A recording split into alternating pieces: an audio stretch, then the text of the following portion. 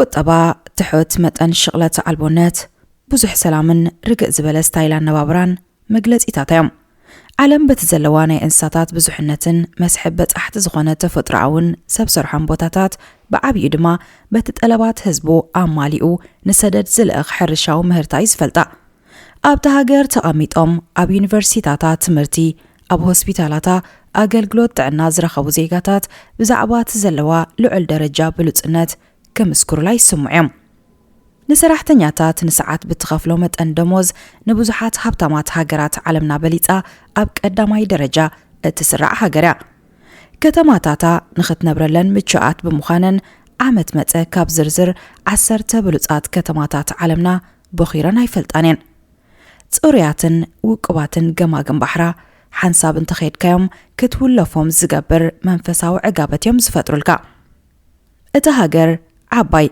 نبرتاغن مستزلوا صفحات بمنتصار أزيم وحدات بمخانم قلقل حارستوت كاب صفحات مريت هاجر جبوتي زسفح نحر رشا مريت علوم مجنان كمسل زخلكو انتخانة اتحققن نسيو نقابنت إذن الرئيس زلنا مريت أنا كريكيو زبهل حرشان مرابح كابتن حنت سدرايو 24 شحتر بعيد كيلومتر صفحات دمالو كاب صفحات مريتتا 23 شحتر بعيد كيلومتر صفحات رايز اللواء هاجر جبوتي يعابي مالتيو إذا استقلت بحانت سدرابيت زونن نيحر الشامريتن بقر كاب هاجرات ليبانوس جامايكان قطرن بعز في سفح نكويت ليتشنستاين جبوتن إسرائيل حويسكا كاب صفحات 45 هاجرات عالمنا دما يسفح إذا لومي كندسسا مريسنا زلنا هاجر دسيت هاجرن أهجرنع نع عالمنا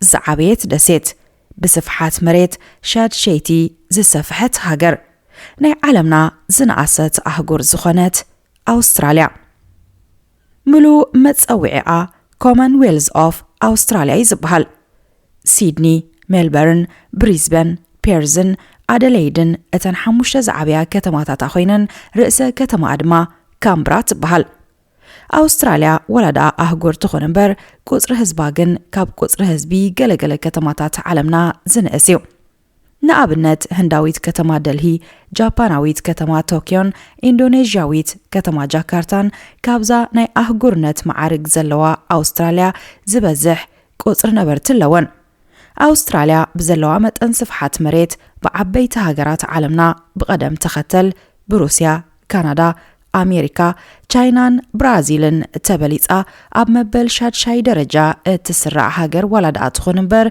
قصر هزبا بمنصر زلوا صفحات انكر أجن زي متاتنيو أستراليا 27 مليون هزب زلوا هاجرة ولد أستراليا شوعتنت بشوعة مليون تربعيت كيلومتر زي صفحات مريتي هالوانبر 900 تاويت كاب هزباجن كاب تغلى صفحات تهاجر 100 تاويتكوا أب زي شفن تقبيبن استقراربن مريتي زنبر بفلاي دما أب دوباو مبراقن دوباو معرابن زركبو جماجم بحرا لموع مريتن متشو كنتات عيرن سلازلوم بزيقاتات تهاجر تمرستيم بنتارو مأكلين سميناون كفال أستراليا لعول متن مقات زلوو واحد ما يزرعيون حرشاو نتفتات زي متش حوس برخاب مخانون بزحات نبرتي ركبون أبتي بقدم تغتل بأجل جلوت إنداسترن حرشان زمرح قطبا أستراليا نايسراح عدلات أفري تخبانياتاتن زيقاتاتن زركبو أبتن أبدو باو مبراق كفالة هاجر زركبا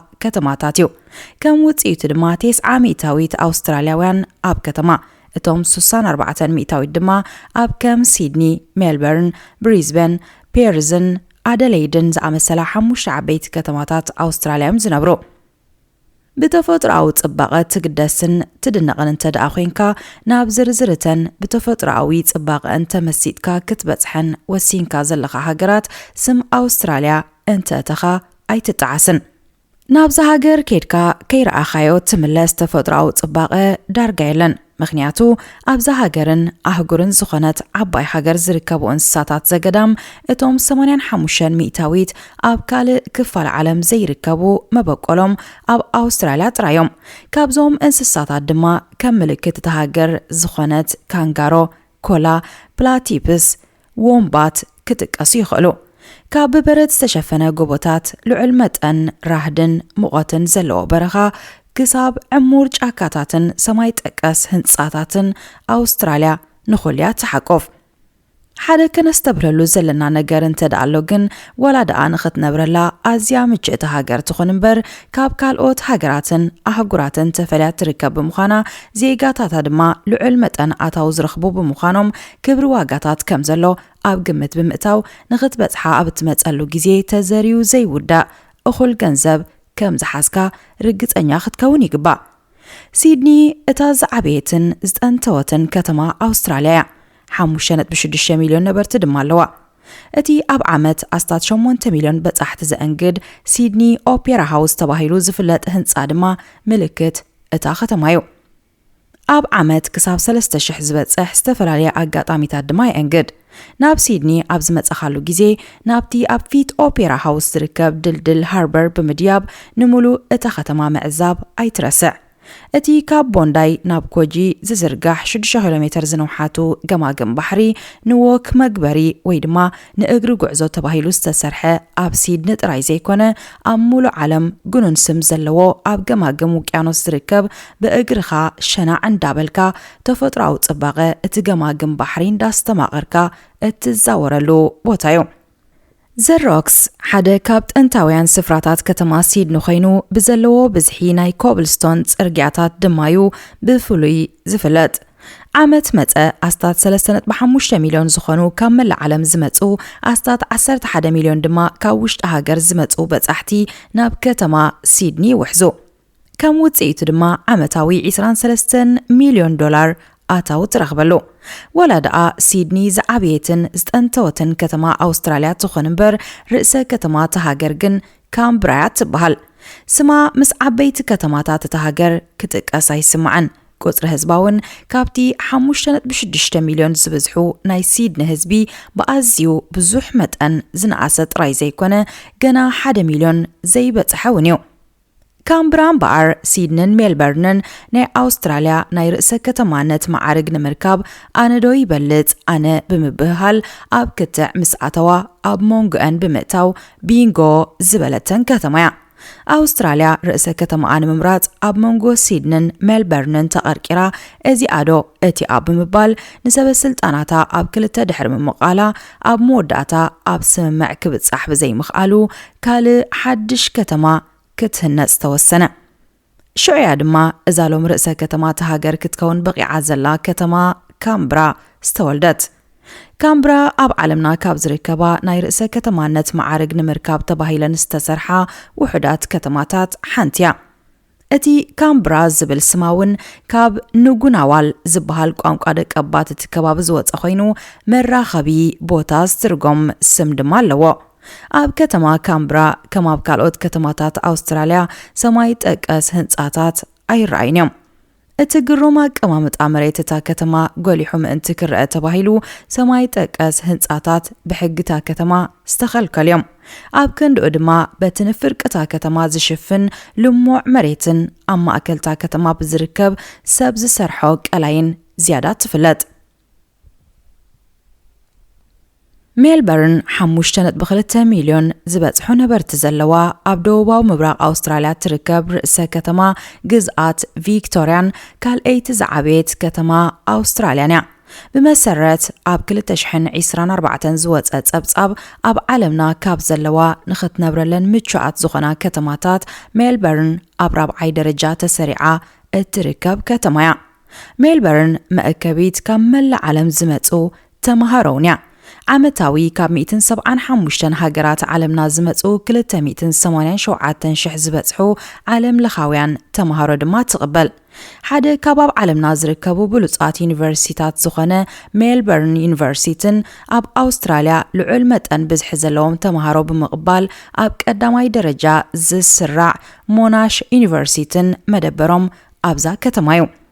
ሞናሽ ዩኒቨርሲቲ ጥራይ ኣስታት 86,000 ዝበጽሑ ተማሃሮ ዝቕበል ዓርሞሽሽ ዩኒቨርሲቲ እዩ።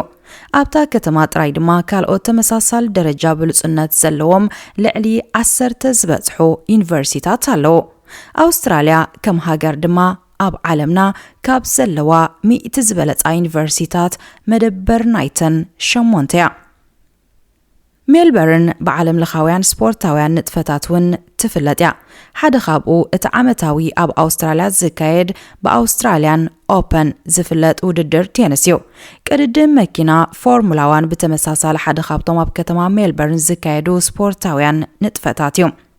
ኣውስትራልያውያን ኣብ ልዕሊ ክሪኬት ዘለዎም ፍቕሪ ዝተፈለዩ ሜልበርን ክሪኬት ግራውንድ ድማ ኣብ ዓለምና ካብ ዝርከቡ ስታዲየማት ክሪኬት እቲ ዝዓበየ እዩ። ዓመታዊ ድማ ብርክት ዝበሉ ናይ ክሪኬት ውድድራት ይእንግድ። ስፖርት ትፈቱን ትግደስን ምስ እትኸውን ኣብ ናይ ኣውስትራልያ ጻንሖትካ ኣብ ወርሒ ታሕሳስ ናብቲ ሃገር ምስ እትበጽሕ ቅድድም ኣፍራስ ኣብ ግዜ ጥሪ ምስ እትኸይድ ኣውስትራልያ ኦፕን ጉዕዞኻ ኣብ ወርሒ መጋቢት ምስ ዝኸውን ድማ ቅድድም መኪና ፎርሙላ 1 ክትዕዘብ ትኽእል። ሜልበርን ኣብ ዓለምና ካብ ዝርከባ ከተማ ቡን ተባሂለን ካብ ዝጽዋዓ ከተማታት ሓንቲ እያ። ነበርታ ምስ ቡን ዘለዎም ፍቕሪ ኣዝዩ ልዑል እዩ። ናብ ዝተፈላለዩ ክፋላት እታ ከተማ ምስ እትኸይድ ኣብ ትሕቲ ነፍሲ ወከፍ ህንፃ ናይ ቡን ካፌታት ክትርኢ ትኽእል። ብመሰረት ኣብ 2024 ዓመተ ምህረት ዝወፀ ጸብጻብ ኣብታ ከተማ ኣስታት 1600 ዝበዝሐን ካፌታት ቡን ኣለዋ። ንኣውስትራልያውያን ቡን ክፈትው ዝገበርዎም ካብ ግሪኽን ጣልያንን ዝመጹ ስደተኛታት እዮም። ሜልበርን ኣብ ዓለምና ካብ ሃገሮም ግሪኽ ወጻኢ ዝበዝሑ ግሪኻውያን ነበርቲ ዘለዋ ከተማ እውን እያ። ኣብ ኣውስትራልያ ድማ ብስነ ጥበብ እትፍለጥ ከተማ እያ። ልዕሊ 70,000 ጥበባውያን ስራሓት ዝሓዘ ናሽናል ጋለሪ ኦፍ ቪክቶሪያ ንኣድነቕቲ ጥበብ ዳርጋ መንፈሳዊ መግቢ እዩ። ኣብ መንደቕ ጎደናታት ዝሰኣል ስእልታት ወይ ግራፊቲ ምዕዛብ ትፈቱ ምስ እትኸውን ድማ ናብ ጎደናታት ሃሸርሌን ገጽካ ተዛወር። መናድቕ ብዝተፈላለዩ ሕብርታት ብዝተጻሕፉ ጽሑፋትን ኣሳእልን ናብ ጥበብ ተቐይሮም ክትረኽቦም ኢኻ። ፍልይ ዝበለ ናይ ካልኦት ሃገራት መግቢ ክትጥዕም ምስ ትደልውን ኣብ ሜልበርን ዝሰኣን ዓይነት መግቢ የለን። ኣብታ ከተማ ዘወር እንዳበልካ ናይ ግሪኻውያን፣ ኢጣልያውያን፣ ቻይናውያን፣ ቪየትናማውያንን መግብታት ካልኦት ዝተፈላለዩ ሃገራትን ከተስተማቕር ትኽእል። ታላ ማሪን ኤርፖርት ኣብ ዓመት ኣስታት 35 ሚልዮን ተጓዓዝቲ ዘእንግድ ናብ ሜልበርን ዝግበሩ ዓለም ለኻውያንን ካብ ውሽጢ ሃገር ናይ ዝካየዱ በረራታትን ቀንዲ መዕረፍ ዝኾነ ዝዓበየ ኤርፖርት እታ ከተማ እዩ። ኣብ ሕምርቲ ከተማ ሜልበርን ዝርከብ ሰንትራል ቢዝነስ ዲስትሪክት ወይ ድማ CBD ተባሂሉ ዝጽዋዕ ብዙሕ ንግዳዊ ንጥፈታት ዝካየደሉ ከባቢ ኣሎ። ካብ ኤርፖርት ናብ CBD ንምኻድ ታክሲ ጸዊዕካ ዋጋ ምስ ሓተትካ ኢኻ ድማ ነቲ ኣብታ ከተማ ዘሎ ክብሪ መነባብሮ ክትርድኦ ትጅምር። ነቲ 22 ኪሎ ሜትር ዝበጽሕ ርሕቀት ዘለዎ መንገዲ ብባስ ክትጓዓዞ ምስ እትመርጽ ነቲ ኣብታ ከተማ ዝዓበየ ናይ ኣውቶቡስ ኣገልግሎት ዝኾነ ስካይ ባስ ኤክስፕረስ ክትጥቀም ትኽእል ኢኻ። መዕረፊኻ ኣብ ማእከልታ ከተማ ኮይኑ ኣብ CBD ምስ ዕረፍካ ናብ ቀንዲ ምስልታ ከተማ ዝኾኑ ፌደሬሽን ስኬርን ፊሊንደር ስትሪት ፕሌስን ብምዝዋር ንከተማ ሜልበርን ካብ ማእከል ጀሚርካ ክትኮላ ትኽእል። ካብ ከባቢታት CBD ክሳብ ዘይወጻእካ ትራማት ኣብታ ከተማ ዝርከቡ ናይ ትራም ኣገልግሎታት ካብ ክፍሊት ነጻ እዮም። ሜልበርን ኣብ ዓለምና ካብ ዘለዋ ዝለዓለ ደረጃ ኣገልግሎት ትራም ዘለወን ከተማታት ሓንቲ እያ። ናይ 250 ኪሎ ሜትር ንውሓት ኣለዎ። ሮያል ቦታኒክ ጋርደን ኣብ 38 ሄክታር ዝስፍሓት መሬት ዝተደኮነ ኣስታት 8500 ዝተፈላለዩ ዓሌታት ኣትክልትን ፊዮሪታትን ዝርከቦ ኣብ ደቡባዊ ክፋል ሜልበርን ካብ CBD 2 ኪሎ ሜትር ጥራይ ርሒቑ ዝርከብ ኣዝዩ ዘደንቕ ትርኢት ዘለዎ ገፊሕን ሓምላይን ስፍራ እዩ። መእተዊ ብነጻ ስለ ዝኾነ ኣብቲ ልሙዕን ብፊዮሪታት ዝወቀበን ስፍራ ምስ ትፈትዎ ሰብ ክትዛወርን ሸናዕ እንዳበልካ ንጹህ ኣየር ከተስተንፍስን ከምኡውን ኦፐን ሲነማ ክትዕዘብ ትኽእል። ማእከል ዓበይቲ ባንክታት፣ ፋይናንስ፣ ትካላት ቴክኖሎጂን ኣፍረይቲ ኩባንያታትን ዝኾነት ከተማ ሜልበርን ኣብ ቁጠባ ኣውስትራልያ ናይ 25 ሚእታዊት ኣበርክቶ ኣለዋ። ሓደ ካብቲ ንሜልበርን ንበጻሕቲ በዳሂት ከተማ ዝገብራ ምኽንያታት ኩነታት ኣየራ እዩ። እቶም ኣብ ካልእ ክፋል ዓለም ኣብ ሙሉእ ዓመት እትሪኦም 4 ወቕትታት ኣብ ከተማ ሜልበርን ኣብ ሓደ መዓልቲ ጥራይ ክትሪኦም ትኽእል። ስለ ዝኾነ ድማ ነበርቲ ምስቲ ዘለዎ ኩነታት ኣየር ዝሰማማዕ ኣብ መዓልቲ ዝተፈላለየ ክዳውንቲ ክቐያይሩ ይረኣዩ። ከተማታት ኣውስትራልያ ግን በቲ ዘለወን ምቹእ ናይ ናብራ ሃዋህው ጥራይ ዘይኮነ ብክብሪ ዋጋታትን ክብሪ ዋጋ መነባብሮን እውን ንዓለም ዝመርሓ ከተማታት እየን። ንክብሪ ዋጋ መነባብሮ ኣውስትራልያ ከም ነዳዲ ኮይኑ ዘቃጽሎ ድማ ክብሪ ዋጋ ኣባይቲ እዩ። ኣብ ኣውስትራልያ ገዛ መንበሪ ካብ ምዃን ሓሊፉ ከም ሓደ ኣኽሳቢ መዳይ ወፍሪ ዝረአ። ኣብታ ሃገር ዝኾነ ይኹን ነገር ዋግኡ ክውስኽን ክቕንስን ይኽእል እዩ። ሓደ ኩሉ ሰብ ርግፀኛ ኮይኑ ክሰማምዓሉ ዝኽእል ነገር እንተሃልዩ ግን ዋጋ ገዛ ክውስኽ እምበር ክቕንስ ተራእዩ ዘይፈልጥ ምዃን እዩ። መንግስቲ ኣውስትራልያ ዜጋታት ናይ ገዛ ርእሶም መንበሪ ገዛ ክህልዎም እዩ ዘተባብዕ። ፈርስት ሆም ኦውነር ግራንትን ሼርድ ኢኩዊቲን ብዝበሃሉ ክልተ ናይ ሓገዝ ፕሮግራማት ብምውዳብ ንገዛ ዝገዝኡ ዜጋታት ድጎማ ይገብር። እቲ ዝተረፈ ድማ ካብ ባንክታት ክትረኽቦ ትኽእል። እንዳ ስራሕኩም ክትከፍልዎ ትኽእሉ ኢኹም ስለ ዝተባህሉ ብዙሓት ዜጋታት ገዛ ገዝኡ። ከም ውፅኢቱ ድማ ክብሪ ዋጋ ኣባይቲ ክንህር ጀመረ። ክብሪ ዋጋ ኣባይታ ድማ ንስራሕቲ ገዛን ገዚኦም ከሲቦም ንዝሸጡ ኣውፈርትን ድማ ሽሻይ ፈጠረሎም። ካብ ወፃኢ ሃገራት ዝመፁ በጻሕቲ ከይተረፉን ኣብ ንግዲ ገዛ ክዋፈሩ ጀመሩ። ሎሚ ነባራ ሃገር ኣውስትራልያ ኮንካ ገዛ ክትገዝእ ምስትደሊ ማእከላይ ገምጋም ዋጋ ሓደ ገዛ $1.2 ሚልዮን ኣውስትራልያ ወይ ድማ ኣስታት $800,000 ኣሜሪካ እዩ። እዚ ድማ ነቲ ሃገር ኣብ ዓለም ካብ ዘለዋ ክብሪ ዋጋ ኣባይቲ ዝረኣየለን ሃገራት ኣብ ቅድሚት ከም እትስራዕ ይገብራ። ምስ ምኽባር ዝሽየጥ ገዛ ተኣሳሲሩ ድማ ክብሪ ዋጋ ገዛ ክራይ ሰማይ ዓሪጉ። 31 ሚእታዊት ኣውስትራልያውያን ኣብ ገዛ ክራይ ዝነብሩ ኮይኖም እቶም 11 ሚእታዊት ካብኣቶም ድማ ን60 ሚእታዊት ካብ ኣታዊታቶም ኣብ ክፍሊት ገዛ ክራይ የውዕልዎ። እቶም 50 ሚእታዊት ድማ 30 ሚእታዊት ካብ ኣታዊታቶም ኣብ ገዛ ክራይ የውዕልዎ። ኣብ ኣውስትራልያ ገዛ ክራይ ወርሓዊ ዘይኮነ ሰሙናዊ ዝኽፈል። ኣብ ከም ሲድኒ ዝኣመሰላ ዓበይቲ ከተማታት እታ ሃገር ንኣብነት ማእከላይ ገምጋም ዋጋ ገዛ ክራይ ንሰሙን $700 ኣውስትራልያ ወይ ድማ ኣስታት $500 ኣሜሪካ ኣቢሉ ይበጽሕ። ኣብ ሜልበርን ድማ ክሳብ $500 ኣውስትራልያ ክትከፍል ይሓተካ።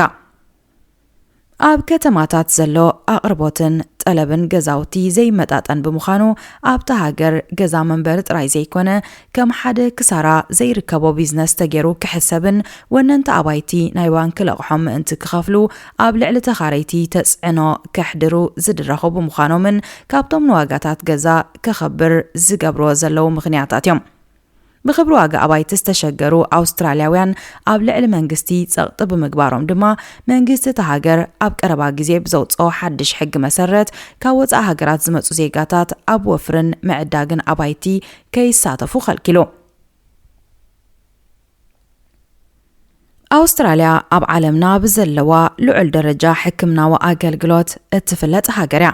ኣብታ ሃገር ንተገልገልቲ ኣማራጺታት ዝፈጥራ ናይ ግልን መንግስታውያንን ትካላት ወሃብቲ ጥዕና ኣለዋ። እቲ ብመንግስቲ እቲ ሃገር ዝወሃብ ኣገልግሎት ጥዕና ሜዲኬር እዩ ዝበሃል። ተጠቃሚ ሜዲኬር ምስ እትኸውን ድማ ወጻኢታት ሕክምና ብመንግስቲ ድጎማ ስለ ዝግበረሉ ናብ መንግስታውያን ትካላት ጥዕና ብምኻድ ነፃ ኣገልግሎት ክትረክብ ትኽእል። ዜጋታት ኣውስትራልያ ሕጋዊ መንበር ፍቃድ ዘለዎም ነበርትን ናይ ኣውስትራልያ ቪዛ ተዋሂቦም ናብታ ሃገር ዝኣተው ስደተኛታትን ተጠቀምቲ ናይ ዝኣዝዩ ውሕድ ገንዘብ ዝሓትት ወይ ድማ ነፃ ዝኾነ ኣገልግሎት ክኾኑ ይኽእሉ። ተገልገልቲ ድማ ኣምሳያ ተገልጋልነቶም 200 ካብ ኣታዊኦም ንሜዲኬር ክኸፍሉ ይሕተቱ። እቲ ብመንግስታውያን ትካላት ዝወሃብ ኣገልግሎት ጥዕና ዓለም ለኻዊ ደረጃኡ ዝሓለወ ብምዃኑ ድማ ንዝያዳ ብሉጽነትን ደረጃ ሕክምናን ናብ ናይ ግሊ ሕክምናታት ክትከይድ ኣየድልየካን። እቲ ዝህብዎ ብሉጽ ደረጃ ሕክምናዊ ኣገልግሎት ኣውስትራልያውያን ኣብ ዓለምና ካብቶም ነዊሕ ዕድመ ዝነብሩ ዜጋታት ክኾኑ ኣብቂዕዎም እዩ። ማእከላይ ዕድመ ኣውስትራልያውያን ናይ ደቂ ኣንስትዮ 85 ክኸውን እንከሎ ናይ ደቂ ተባዕትዮ ድማ 81 ዓመት እዩ።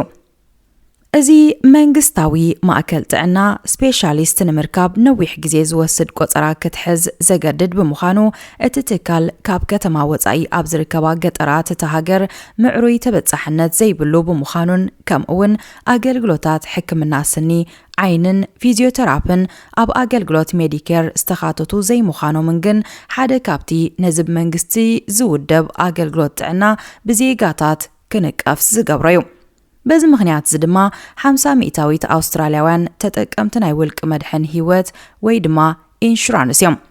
ነዚ መደብ እዚ ብገመድ ኣልቦ ኢንተርነት ወይ ድማ ብዋይፋይ ትከታተልዎን ተደኣ ሃሊኹም ውፅኢት ፈጠራዊ ስራሕ ኣውስትራልያውያን እዩ። እዚ ሎሚ ኣብ ገዛና መግብን ማይን ንምዝሓልን ንምኽዛንን ንጥቀመሉ ፍሪጅ ወላ ደኣ ኣቐዲሙ ብስኮትላንዳውያንን ኣሜሪካውያንን እንተተፈተነ ነዚ ሎሚ ሒዝዎ ዘሎ ቅርፂ ከም ዝሕዝ ገይሮም ንዓለም ዘላለይዎ ግን ኣውስትራልያውያን እዮም። እዚ ሎሚ ቦታ ንምሕባር እንጥቀመሉ ዘለና ጉግል ማፕ ውን መደበሩ ኣውስትራልያ ዝነበረ ትካል እዩ። ሓደጋ ነፋሪት ምስ ዘጋጥም ጠንቅታ ሓደጋ ንምልላይ ዝጠቅም ብላክ ቦክስ ተባሂሉ ዝጽዋዕ ኣብታ ነፋሪት ዝነበሩ ናይ ድምፂ ምዝራባት መጠን ብራኸ መጠን ፍጥነት ኩነታት ሞተር ነፋሪትን ብሬድዮ ርክብ ዝተኻይዱ ዝርርባትን ዝሓዘለ ሳንዱቕ ውን ብኣውስትራልያውያን ዝተማህዘ ኣብታ ዓውዲ ዓባ ኣበርክቶ ዝገበረ ምህዞ እዩ። ኣብ ዓውዲ ሕክምና ውን እንተኾነ ኣውስትራልያውያን ኣብታ ዓውዲ ሓገዝቲ ዝኾኑ ምህዞታት ክምህዙ ክኢሎም እዮም። ሓደ ካብኡ ድማ ኣልትራሳውንድ ስካነር ዝተባህለ መስርሕ ዕብየት ዕሸል ኣብ ግዜ ጥንሲ ከምኡውን ውሽጣዊ ሕማማት ንምክትታል ዝሕግዝ መሳርሒ እዩ። ናይ ምስማዕ ጸገማት ዘለዎም ሰባት ኣብ እዝኖም ዝገብርዎ ናይ ምስማዕ ዓቕሞም ከም ዝውስኽ ዝገብር መሳርሒ ውን ብኣውስትራልያዊ ፕሮፌሰር ዝተማህዘ እዩ። ጽላት ሕርሻ ኣብ ቁጠባ ኣውስትራልያ ዓመታዊ ናይ 1 ቢልዮን ኣበርክቶ ዘለዎ ምንጭ እዩ። እዚ ንከባቢ ፍርቂ ሚልዮን ዝኾኑ ዜጋታት እታ ሃገር ናይ ስራሕ ዕድል ክፈጥር ዝኽኣለ ጽላት ን12 ሚእታዊት ሰደድ እታ ሃገር ን5 ሚእታዊት ካብ ጠቕላላ ጃምላው ዘቤታዊ እቶት ወይ ድማ GDP ይሽፍን።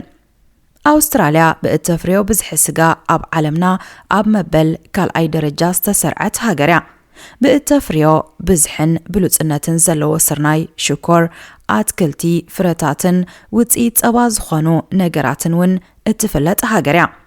ን72 ሚእታዊት ካብ ፍርያታ ድማ ናብ ወፃኢ ሃገራት ትሰድድ። ደርቂ፣ ውሕጅ፣ ባርዕ ሓውን ዋሕዲ ናይ ጉልበት ሰራሕተኛታትን እቶም ቀንዲ ብድሆታት ጽላት ሕርሻ ኣውስትራልያ እዮም። ይኹን እምበር ሳይንሳውያን ምህዞታት ብምጥቃምን በቲ መንግስቲ ዝግበረሎም ልዑል ደገፍ እንዳተሓጋገዙን ነቲ ዘጋጥሞም ብድሆታት ሰጊሮም ንሃገሮም ኣቕሪቦም ፍርያቶም ናብ ካልኦት ሃገራት ክሰዱ ክኢሎም እዮም። ብ$1.7 ትሪልዮን GDP ኣውስትራልያ መበል 13 ሃብታም ሃገር ዓለምና እያ። ካብቶም ቀንዲ ምኽንያት ሃብታ ዝኾኑ ነገራት ድማ ተፈጥሮኣዊ ጸጋ ሓደ እዩ። ጸጋታት ሓጺን፣ ከሰል፣ ወርቂ፣ ኣሉሚንየምን ዩራኒየምን ሓዊስካ ብነዳድን ተፈጥሮኣዊ ጋዝን ሃብታም እትበሃል ሃገር እያ። ማዕድን ካብ ዓመታዊ ሰደድ ነቲ 60 ሚእታዊት ዝሽፍን ኮይኑ ኣብ GDP እታ ሃገር ድማ ን10 ሚእታዊት ኣበርክቶ ኣለዎ። እዛ ናይ ሎሚ ኣውስትራልያ ንኽትህነጽ ተራ መግዛእታዊት ገዛኢታ እንግሊዝ ዕዙዝ ነይሩ። ናቱ ውፅኢት ከይኮነ ይተርፍኒ ድማ ክሳብ ሎሚ ንንጉስ እንግሊዝ ከም ንጉሳ እትርእዮ ሃገር እያ። ንንጉሳዊ ምምሕዳር እቲ ሃገር ንምቕያር ብ1999 ዓመተ ምህረት ህዝባዊ ምርጫ እኳ እንተተኻየደ 54 ሚእታዊት ካብ ህዝባ በቲ ዘሎ ምምሕዳር መንግስቲ ዕጉባት ብምንባሮም ግን እቲ ንኣውስትራልያ ሪፓብሊክ ናይ ምግባራ ጻዕሪ ፍረ ክርከቦ ኣይተኻለን። 30 ሚእታዊት ካብ ጠቕላላ ህዝቢ እቲ ሃገር ወይ ድማ ከባቢ 8 ሚልዮን ኣውስትራልያውያን ካብ ካልእ ክፋል ዓለም ናብቲ ሃገር ዝኣተው እዮም። ዜጋታት እንግሊዝ፣ ህንዲ፣ ቻይና፣ ኒውዚላንድን ፊሊፒንስን ድማ እቶም ዝበዝሑ እዮም። ኣውስትራልያ ስደተኛታት እትቕበለሉ ኣዝዩ ዝተወደበ መስርሕ ወይ ድማ ፕሮግራም ኣለዋ። ካብዚ ንተምሃሮ ፍልጠትን ክእለትን ዘለዎም ሰብ ሞያ ኣብ ኣውስትራልያ ኣባላት ስድራቤት ዘለዎምን ካብ ፖለቲካዊ ጸገማትን ስእነት ሰላምን ዘለዎን ሃገራት ንዝመጹ ስደተኛታትን እትቕበለሉ ፕሮግራማት ድማ ኣውስትራልያን ሂማኒታርያን ፕሮግራም ክጥቀስ ዝከኣል እዩ። ደቀባት ኣውስትራልያውያን ኣቦርጂናልዮም ዝበሃሉ ይኹን እምበር ኣቦርጅን ብምባል ክጽውዑ ይደልዮም ምኽንያቱ ድማ ምስ ባዕዳዊ መግዛእታዊ ዝተኣሳሰር ታሪኽ ዘለዎ ኣጸዋውዓ ስለ ዝኾነ እዩ ኢንዲጂኒየስ ኣውስትራልያንስ First People ወይ ድማ First Australians ብምባል እንተጸዋዕካዮም ድማ ይዝምከር ኣቦርጂናላውያን ን65,000 ዓመታት ኣብ ኣውስትራልያ ዝተቐመጡ ህዝብዮም ብ1788 ዓመተ ምህረት እንግሊዝ ናብ መሬቶም መጽያ ክሳብ ተፈናቕሎም ድማ ኣብ ሰፋሕቲ ገማግም ባሕረተ ሃገር ብሰላም ዝነበሩ ህዝብዮም ነይሮም ምምጻእ እንግሊዛውያን ናብ መሬቶም ግን ነቲ ልሙዕ መንበሪኦምን ዝፈትዎ ሜላን ነባብሮኦምን ከም ዝስእኑ ብምግባር ቅድሚኡ ብዘይፈልጥዎም ዝነበሩ ሓደሽቲ ሕማማት ከም ዝጥቅዑ ገይርዎም ሎሚ መጠን ብዝሒ ኣቦርጂናልስ ን300 ካብ ጠቕላላ ብዝሒ ኣውስትራልያውያን ጥራይ ዝሽፍን እምበኣርከስ ክቡራት ተዓዘብትና ንሎሚ ዘዳለናዮ ንሃገረ ኣውስትራልያ ዝደስስ መደብ እዚ ዝተኸታተልኩሞ ነይሩ ኣብ ካልእ እዋን ብዝተፈለየ መደብ ክሳብ እንመጻኩም ሰላም ቅነ